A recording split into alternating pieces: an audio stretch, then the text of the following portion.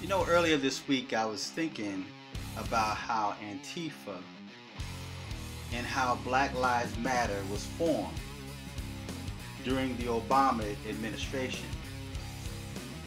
These violent hate groups. And I know people have their difference of opinion when it comes to Black Lives Matter, and they're trying to bring awareness to the fact that many so-called Black Americans were being murdered by police. I completely understand that, and I completely understand that you should protest, you should fight back.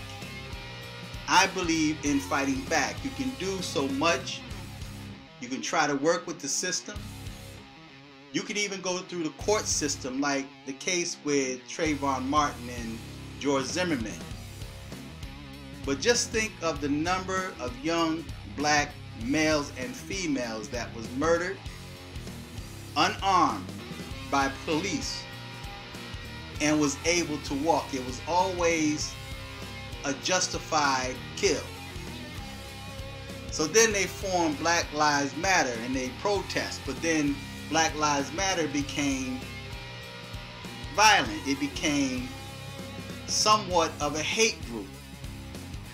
And we learned later that Black Lives Matter was not really in favor of the so-called black community, because the only time it's activated is when a political agenda is in sight.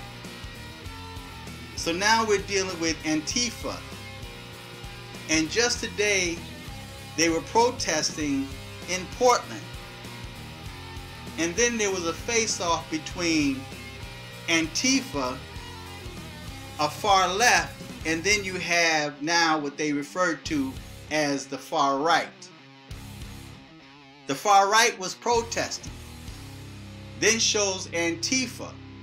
They show up, and then there's a clash of ideas. This past week I posted a thought on Twitter. And I was saying that it's time for people to reset, to stop allowing so much negativity to fill your spirit.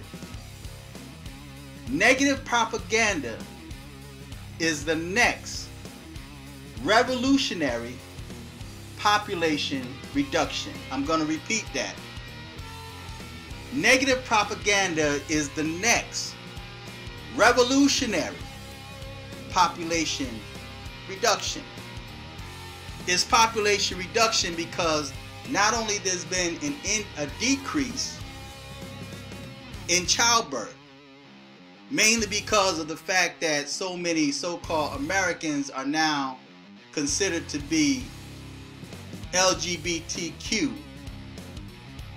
or you have the battle between the sexes, men against the women, or better yet, the women against the men.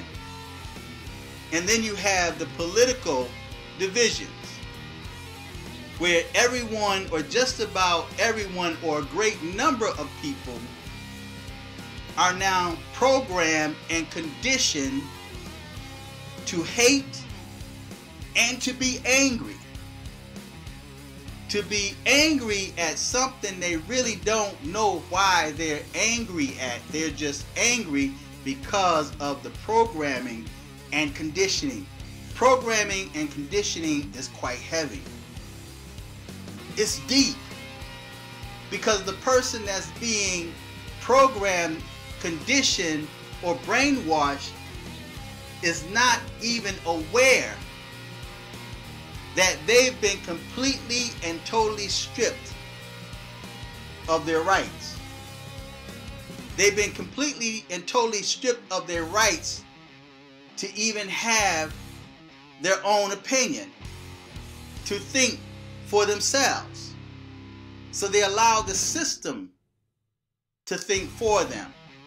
They allow the system to dictate how they feel. They're sleeping terror cells, because when the system is ready for them to promote a certain agenda, the system then puts information out there that would spark an emotion and a reaction to be angry, to resist, and to protest. So now, since there's so much hatred and animosity and murders that's taking place, many lives are being lost. That's not even including the abortions, even late-term abortions or post-abortions. It's a part of population reduction. And what's weird about that is that although they're promoting population reduction in the form of revolutionary negative propaganda, they're opening the borders for people that have different moral standards and principles than the people that live here. It's like they're setting their enemies against one another. They're allowing Muslims to come in that have a different mindset, that seem to believe that they can slay the infidels wherever they may find them.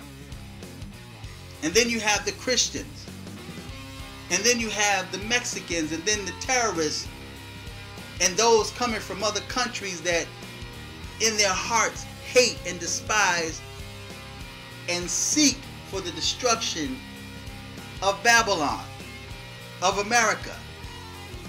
But yet they're opening the doors to this bitter animosity, which is going to lead to the death of many so-called Americans.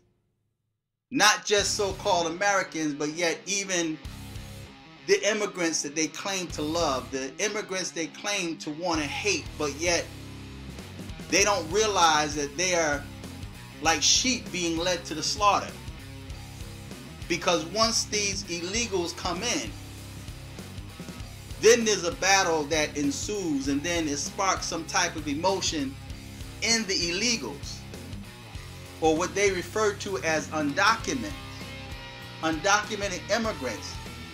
It creates hostility and jealousy among those citizens that's here in this country. So when those undocumented immigrants come in and they're able to receive rights that the citizens are not allowed to have, or they refuse to help, that's going to spark some type of resentment and animosity, which is going to set them against one another.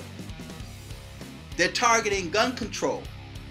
Not gun control to take firearms out of the hands of criminals, but those that are trying to abide by the law, turning them into criminals themselves. Because if they start banning certain firearms, then those that were at one time law-abiding citizens now become illegal, because now they have rights and principles. They believe that no one should be able to dictate to them how they should protect themselves and their family. So now there's so much confusion and animosity in this country that it creates so much negativity that it kills the spirit. And even in the Bible, it talks about how people would turn on one another. They would kill one another. Blood will be wasted in the streets. There will be so much anger and resentment and the cursing of God that many people won't be able to find their way back, but have already set in their hearts and mind to be destroyed. Taking the thought in mind, give me liberty or give me death. But the liberty they're fighting for is not the liberty of freedom. It's the liberty of bondage. The liberty to be able to do any and everything that's against the nature of God. So now you have two forces that have collided, two forces that's fighting against one another. to destroy the very foundation of what they perceive as liberty, free speech, or rights. So now, the minority, the Democrats that sit in position, those that created the Klan movement, those that lynched blacks, those that promoted slavery, now they've turned the slaves into weapons. And now the slaves are on one path, tunnel vision, to make their agenda come to pass, and yet in the process destroying themselves. So it's time for people to reset.